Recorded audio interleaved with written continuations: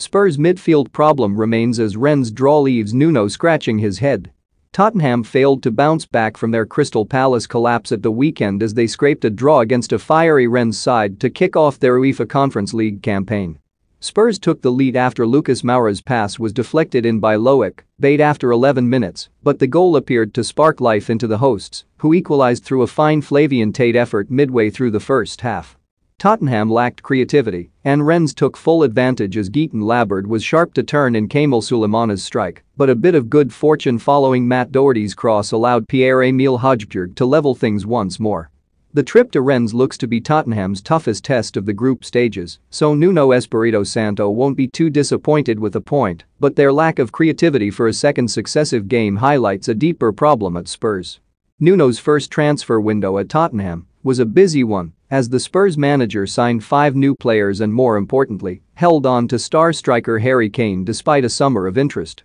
Only one of those 5 signings was a midfielder though, as young Pape Sarr was bought from FC Metz but immediately loaned back to the French side, and the central area continues to be a cause for concern within the Tottenham side. Nuno rightly focused on Tottenham's defensive issues, bringing in Emerson Royal and Christian Romero to help out at the back, but they are lacking a driving force within the heart of the midfield to link their defense and attack. Højbjerg was signed last season from Southampton and has proved an excellent acquisition for Spurs, but with Nuno fluctuating between 2 and 3 midfielders, the Danish international's role has changed this season and needs more assistance with driving the side forward from deep. Where will Tottenham Hotspur finish in the Premier League this season? Comment below. Oliver Skipp has been brought straight into Nuno's setup following his successful loan spell at Norwich last season and has played every second of Tottenham's Premier League campaign so far, but struggled in a midfield 3 alongside Højbjerg and Harry Winks during their humiliating defeat to Palace.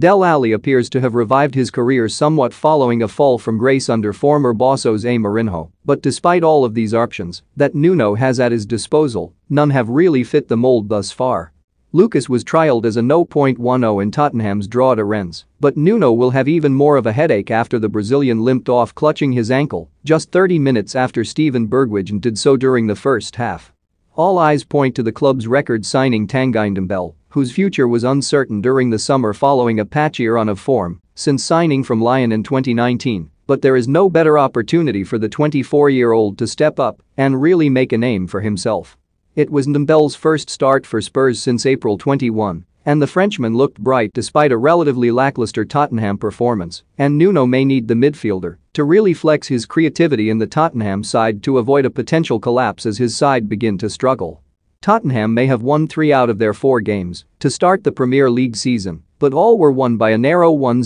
scoreline which highlighted their defensive stability over their attacking prowess. Palace demonstrated that Spurs can be broken down, which will be a big problem for Nuno moving forward.